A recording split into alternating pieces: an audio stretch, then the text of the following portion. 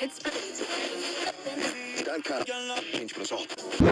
the Power FM Morning Show. Welcome back to the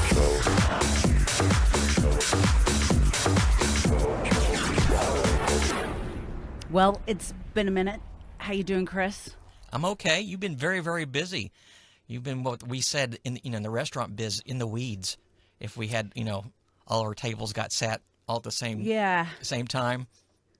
Yeah, that's kind of gross when you think about it from a restaurant point of view, isn't it? Definitely don't want to be in the weeds. But yes, no, it's been a minute. And I don't even know when the last time we recorded was. It's over a month, probably. I did a show episode with Taylor, and I'm going to touch base with him again next Tuesday for part 2. And so got that scheduled, and then we're going to do a couple episodes, hopefully, in this session. Yeah. Are we gonna do something with Taylor at some point? We're gonna bring him on, and we could. Yeah, I thought it would be maybe we can try. It's going to be you're going to be back to work again, and it's going to be in the afternoon. Yeah, he's available to do this. So, but it would be fun sometime to see if we can get more than 2 people on the screen at the same time and see what that looks like. That would be a fun experiment. Yeah, exactly. I'll have my people talk to his people and all that 9 yards. Sure. One of the things and the reason I've been so busy is, and I've said this before, I'm a trainer for Adobe now and train on software and stuff like that. So next week I have to train a group in what we call JPAC, which is Asia, Pacific, Japan area, but it also includes New Zealand and Australia. And the reason I bring this up is that I have to do it in I have to do it twice a day for the different time zones that we have. So, yes. So it's going to be kind of crazy next week, but it reminded me of, just alarms, like having to get up really early. I'm going to have to do a really early morning session next week and then a late night session next week. So, for a couple of days, but we used to do this for years, right? Where you and I would get up so early in the morning. I think my alarm, if I remember correctly, my alarm went off around 4:15. And you had a much farther drive than I did. I did, and then plus I'm a girl, so I had to right. do stuff. So I couldn't just run out of bed like I'm sure you did and just arrive. Pretty much. In all my glory there. But it made me think about how many alarms I have on my phone. Like because as I'm kind of setting these things, and some of them are labeled, and it's embarrassing when I realize how little I actually clean these alarms out. So I want to ask you, do you do that too? Do you set alarms on your phone to like remind you of stuff during the day, like go pull weeds? Every now and then I'll do something like that. Mostly though, I do reminders for times in the calendar. So I have so it gets a little notification like that. And I have a Maltese dog, which is my daily alarm, whenever the sun comes up. Yes, I get kisses on the face, and that pretty much.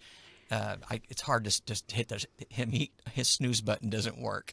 I know. So, it just eggs him on, and then he'll just try to push past my hand, and then I say, all right, then I usually. Whatever that triggers me needing to go to the bathroom. Okay, well, you're trained just as much as the dog is, then obviously. Yeah, so I gotta go. So when I'm gonna set him down, let him. He goes. He has a little pad, and he came pad trained. It was amazing. He's amazing, wow. And he gets a little treat because he goes on the pad and I go in my place and. I was going to say, oh my gosh, you're not going to tell me you have some sort of pad too. Well, no, I'm potty trained, and that was happened when maybe it was around 2 or something. So I've been potty trained for quite a while now, 60 plus years. So yeah. It's like I said, it's just kind of really dumb because I was looking at my alarms the other day, and I have like 4 of them for 7 a.m. Because what will happen is I'll start it at 5:30 or 6. And then I'm like, okay, I'm going to get up and do yoga, or I'm going to get up and do this before I start working. And then it goes off and I'm like, yeah, no. And then I'll reset it for like 7. I don't use the existing one in there at 7. I just add another one. So I've got like, a dozen of them that are like 7 a.m. But what's funny is when you look at the labels that I put on to remind myself why I do this, put the alarm on to begin with. And like, as an example, this one is brine chicken. So like put the chicken in to get ready to grill. That was probably 3 or 4 years ago. And it still can wake me up at 6 a.m. with a brine chicken notice from 2020 or something along those lines. And then I have another one. I don't know if you remember, Tim and I were supposed to take a trip to, and we were going to do a Mediterranean cruise, and we were going to go to Greece a couple of years ago for our anniversary. And COVID just got right in the way of that. So, but we needed to get Tim's passport, and we were still planning on doing that, Chris. That was, I know that was like 2021.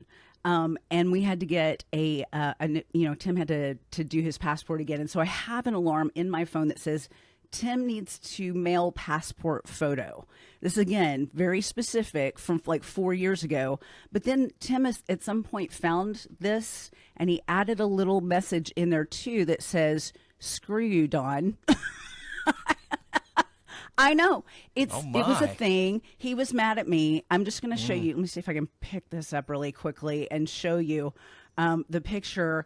Because I was supposed to take his picture, and he was supposed to get it back and everything. And apparently I didn't do it right.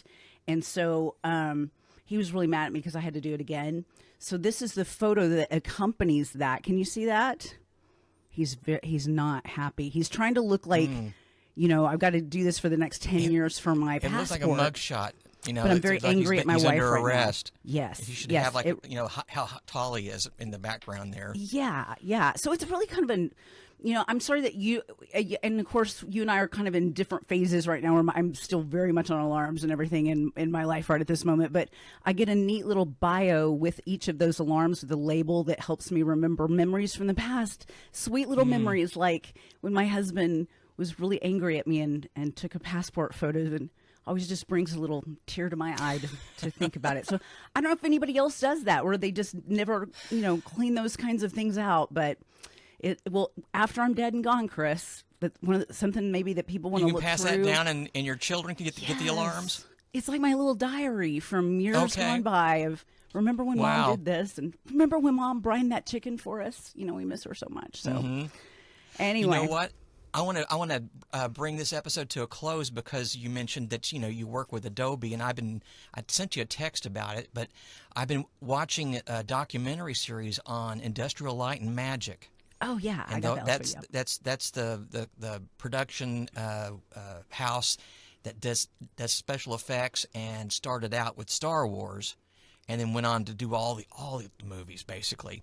Yeah. And a guy that was one of the people that worked there, eventually, I guess, to help out with what they do, he and his brother created Photoshop.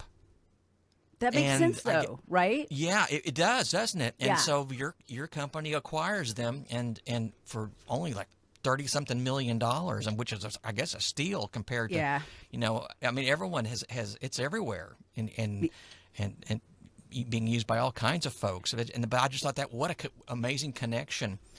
And the funny thing is he didn't retire on his loot after creating this. He went back to making movies and was still, into the 2000s, still making movies for ILM.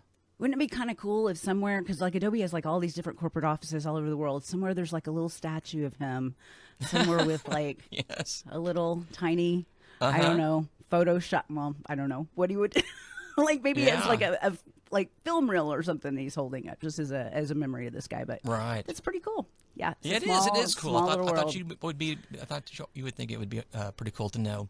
Yeah, without this guy. Little fun fact. You can tell the people in Australia. Fun fact. I'm sure they go. G'day, mate. G'day, mate. That's not a knife. This is a knife. All right, it's another episode of the Power FM Morning Show podcast. Now let us imagine that you must identify your station. Power FM. You might say, Rock on.